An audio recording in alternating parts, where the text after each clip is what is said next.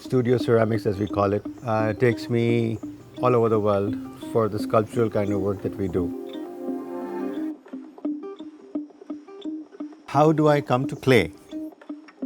If I were to know that, maybe I would not be in clay. Clay just happened. So the way I work is very intuitive. I have no idea what this final piece will look like. It's good that it's always a surprise. I am the kind of person who can never plan anything. The process is fluid and spontaneity is important because otherwise I lose a sense of what I'm doing.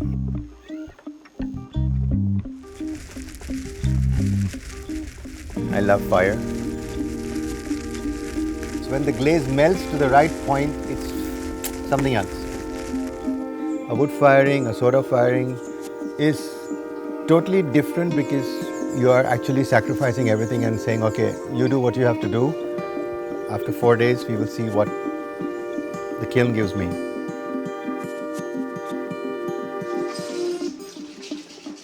Most people are either doing functional ceramics and doing tableware and doing cups and plates and bowls. And then there are people who are doing sculptural work and studio ceramics, as we call it.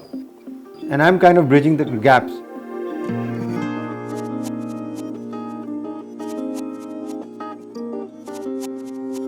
The thing with Adil's work is that it's super creative and quite crazy and out there. And I really like that because I feel like my food's a little bit like that. Like I put my holiday sauce is pink. Like some Americans would be like, oh, what? But like I quite like doing what I think is cool. Building's pink. It's just like fun.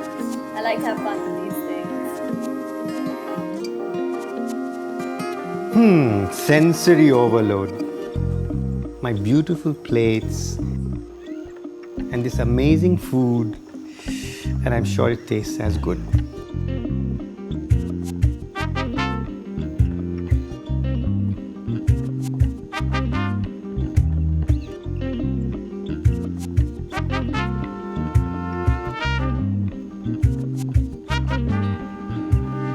You think it tastes better because of the plate?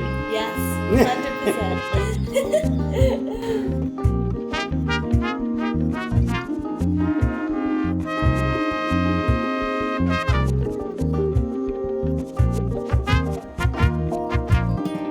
When a very well-known Indian artist, Lakshma Gaud, was coming to my studio, I made large boxes, which people know me for. And then they became canvases for him to work on, to draw on. He brought me out of my hibernation in the drawings that I used to do in my paintings, and I got that into my clay. So that's all about collaboration. You have to be open to it, to receive it, and then when it comes through in the work, it's beautiful.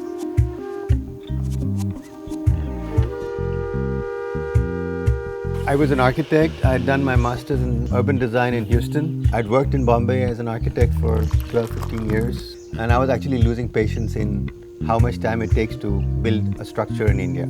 I think what I'm doing today, I'm still making buildings, I've just scaled them down.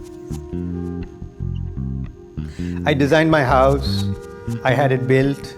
It's the only architecture I've done in 20 years of being a ceramic artist. Just because I am a compulsive collector of ceramics from all over the world. Wherever I travel, I'm bringing things back. And I needed a place to open it all out.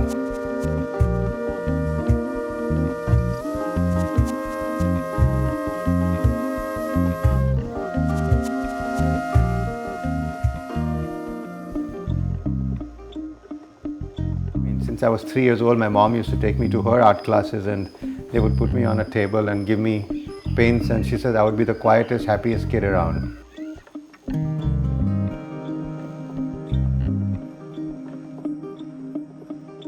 I come home in the evenings and I paint. Mostly I paint everything that I do at night.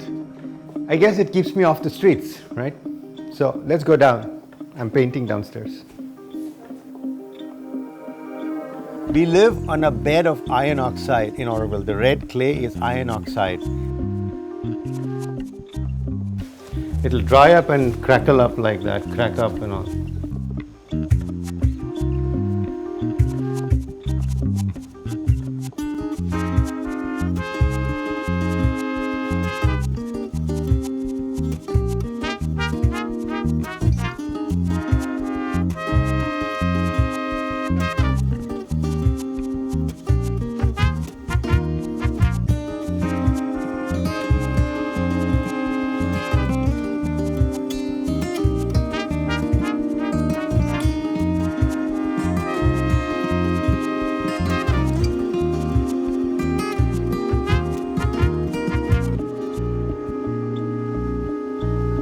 takes us back to the glazing that we do in the pottery, where we have these glazes running down the pots.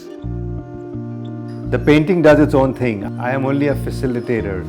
The way it flows, the way it blends, and how it dries up in the morning, it's always a surprise.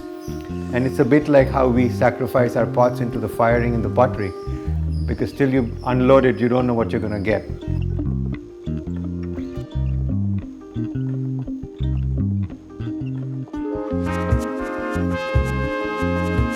I don't like to limit myself to scale.